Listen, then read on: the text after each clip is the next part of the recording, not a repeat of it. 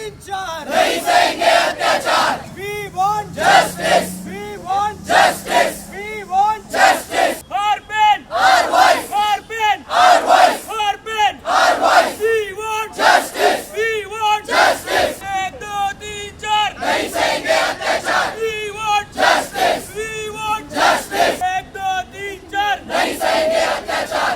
एक दो तीन चार नहीं सहेंगे अत्याचार। कलकत्ता येथील घटनेच्या निषेधार्थ आणि डॉक्टरांच्या विविध मागण्यांसाठी सध्या राज्यभर काम बंद आंदोलन सुरू आहे। मी सध्या मुंबईतील सायन रुग्णालय परिसरामध्ये आहे। सायन रुग्णालय परिसरामध्ये देखील निवासी डॉक्टर सध्या काम बंद आंदोलन सध्या त्यांनी सुरू केलेलं आहे। नक्की त्यांचं काय म्हणणं आहे हे आपण जाणून घेणार आहोत। काही आपले डॉक्टर आपल्या सोबत आहेत। डॉक्टर, काय नक्की तुमच्या मागण्या आहेत आज? कोलकातामध्ये जे काही कृत्य घडले ते खूप घृणास्पद कृत्य आहे। तर याचा आम्ही जाहीर निषेध करतो इथे। तर आमच्यासुद्धा काही मागण्या आहे, जसं की आमची सिक्युरिटी, डॉक्टरांची सिक्युरिटी हा खूप महत्त्वाचा विषय आहे। आमच्या कॉलेजमध्ये सिक्युरिटी वगैरे आहे, बट तेवढी पुरेशी नाही आहे। तर आमचं म्हणणं एवढंच आहे की आम्हाला सिक्युरिटी वगैरे द्यावी। डॉक्टर जे काही ते 30 घंटे 48 आवर्स ड्युटी करतात, तर त्यांना रेस्टसाठी रूमसुद्धा अवेलेबल नाही आहे। तर खूप सारे जे फिमेल्स रेसिडेंट डॉक्टर्स आहेत, जे मेल्स आहेत, तर त्यांना वॉर्डमध्येच कुठेतरी कोपऱ्यात झोपावं लागतं किंवा इमर्जन्सी कॅज्युअल्टीमध्ये 30 घंटेची ड्युटी करणार, साहजिकच आहे 1-2 घंटे रेस्ट करावंच लागणार। तर त्यासाठी एखादं कुठेतरी कोपऱ्यात झोपणार आणि कोणी पण येऊन बघतं वगैरे वगैरे। This is not fair with doctor.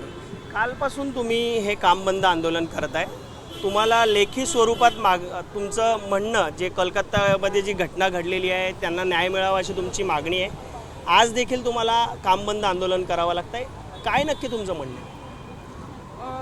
माझं म्हणणं एवढंच आहे की म्हणजे जे डॉक्टर एवढी सेवा करत आहेत त्यांसाठी मिनिमम अरेंजमेंट जी असायला पाहिजे, म्हणजे ॲटलिस्ट झोपायला एक जागा पाहिजे, ॲडिक्वेट सिक्युरिटी पाहिजे वर्कप्लेसमध्ये, ती पण जर मिळत असेल तर मग डॉक्टरनी काय करावं? तर मग त्यामुळे आमचं हे कामबंद आंदोलन चालू आहे। कलकत्ता येथे जी घटना घडली त्या संदर्भात आता CBI चौकशी देखील होणार आहे।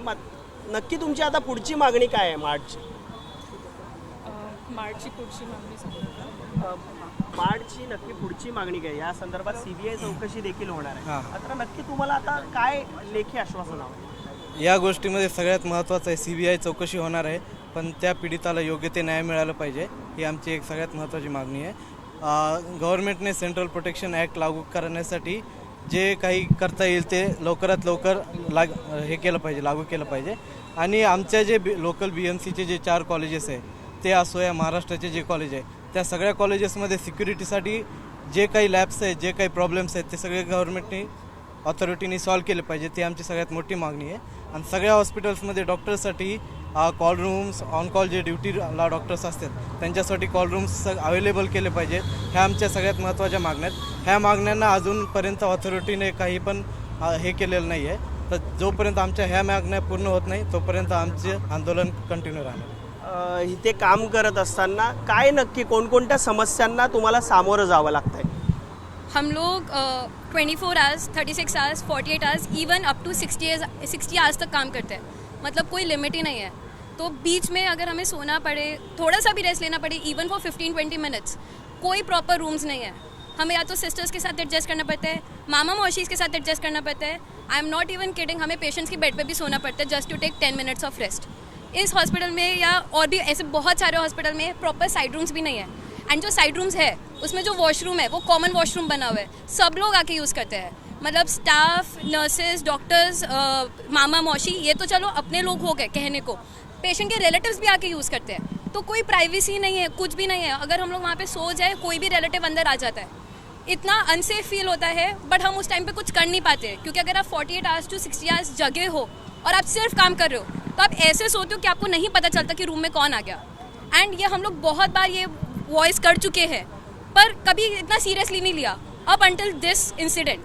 तो एक इंसिडेंट नहीं होना चाहिए इस चीज़ को इतना लाइट में लाने के लिए, किसी भी मतलब इतना। और सायन हॉस्पिटल जिसको इतना बड़ा बोलते हैं, बेस्ट कॉलेज ऑफ इंडिया इतना बड़ा है, तो फिर प्रॉपर अमेनिटीज़ क्यों नहीं है? एंड ये सिर्फ एक कॉलेज की बात है, ऐसे पूरे इंडिया में इतने अच्छे कॉलेजेस हैं, इतना अच्छा यहाँ पे इतने बड़े इंस्टीट्यूट्स हैं जहाँ पे इतना अच्छा लर्निंग है, तो फिर इंफ्रास्ट्रक्चर क्यों नहीं है? ऐसे भी नहीं है कि हमारी डिमांड्स काफ़ी ज़्यादा है। इट्स बेसिक, जो बेसिक लोगों को चाहिए, सोना के लिए थोड़ा एक जगह। हम अगर सोते भी है कहीं जहाँ पे सिस्टर्स होते हैं या फिर मामा मौसी सोते हैं, हमें वहाँ से उठा दिया जाता है कि ये उठो, तुम कहीं और जगह सो, तुम तुम्हारे रूम में जगह सो। हम 2-3 बजे रात को हमें कॉल आता है इमरजेंसी, हमें पूरा सारे रोड्स क्रॉस करके जाना पड़ता है। वहाँ पे बहुत सारे रैंडम लोग होते हैं।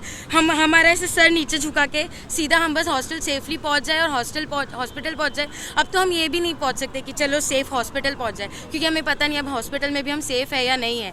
बेसिक एमिनिटीज़ जो हमें चाहिए वो भी अवेलेबल नहीं है, जबकि इतना बड़ा टर्शरी केयर हॉस्पिटल्स है। And this is not only about science, this is about also all the other hospitals over all India. And I don't think so such an incident should make us realise कि it's the dire need, like कि we should do something about it. I hope we will not stop, and I hope everyone should support.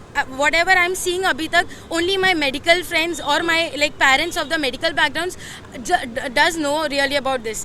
Other than that, my non-medical friends or the people those are not directly related to the medical background don't even care.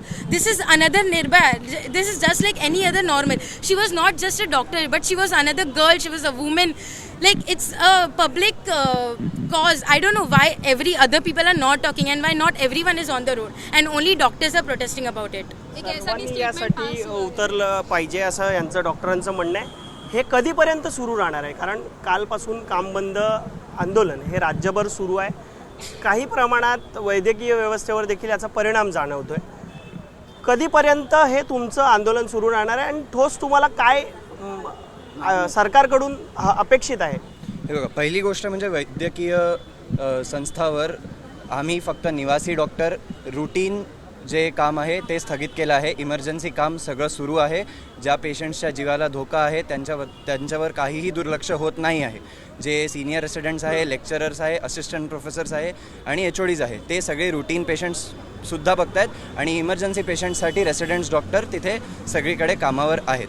आमच्या मागण्या हेच आहे की ही जी घटना तिकडे झाली आहे ही देशातल्या कुठल्याही कॉलेजमध्ये कुठेही घडू शकते आणि हा फक्त आमच्या डॉक्टरांचा लढा नाही आहे.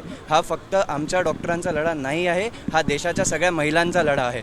कारण की अशा घटना दिवसेंदिवस वाढत चालल्या आहे आणि जेव्हाही अशा घटना होतात तेव्हा लोक काय म्हणतात की महिलांनी कपडे बरोबर नव्हते घातले, महिला रात्री एकटी का फिरत होती रस्त्यावर, असं महिलांना ब्लेम केलं जातं. आता ही महिला रात्री 36 तास ड्युटी करत होती, ते पण नाही करावं का? यात आमची काय चुकी आहे? आणि आम्ही सगळे लोक आम्ही आमचे घरं सोडून 36 तास 48 तास ड्युटी करतो. आमचं जेवण कधी राहून जातं, आमची झोप बरोबर होत नाही, आम्ही काही त्यात कंप्लेंट करत नाही.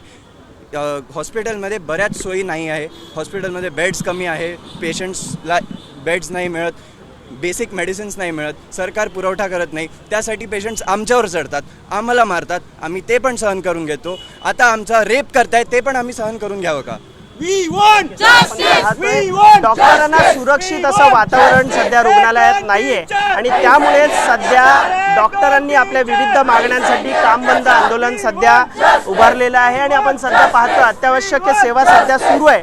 मात्र त्यांच्या ज्या मागण्या आहेत 36 तास 48 तास हे डॉक्टर सर्व काम करतायत, त्याला सुरक्षित वातावरण रुग्णालयात नाही आणि त्यामुळेच विविध मागण्यांसाठी राज्यभर हे काम बंद आंदोलन सुरू आहे. कॅमेरामॅन मनोज जयस्वालसह मी अल्पेश करकरे, ABP माझा, मुंबई. ABP माझा, उघडा डोळे बघा नीट.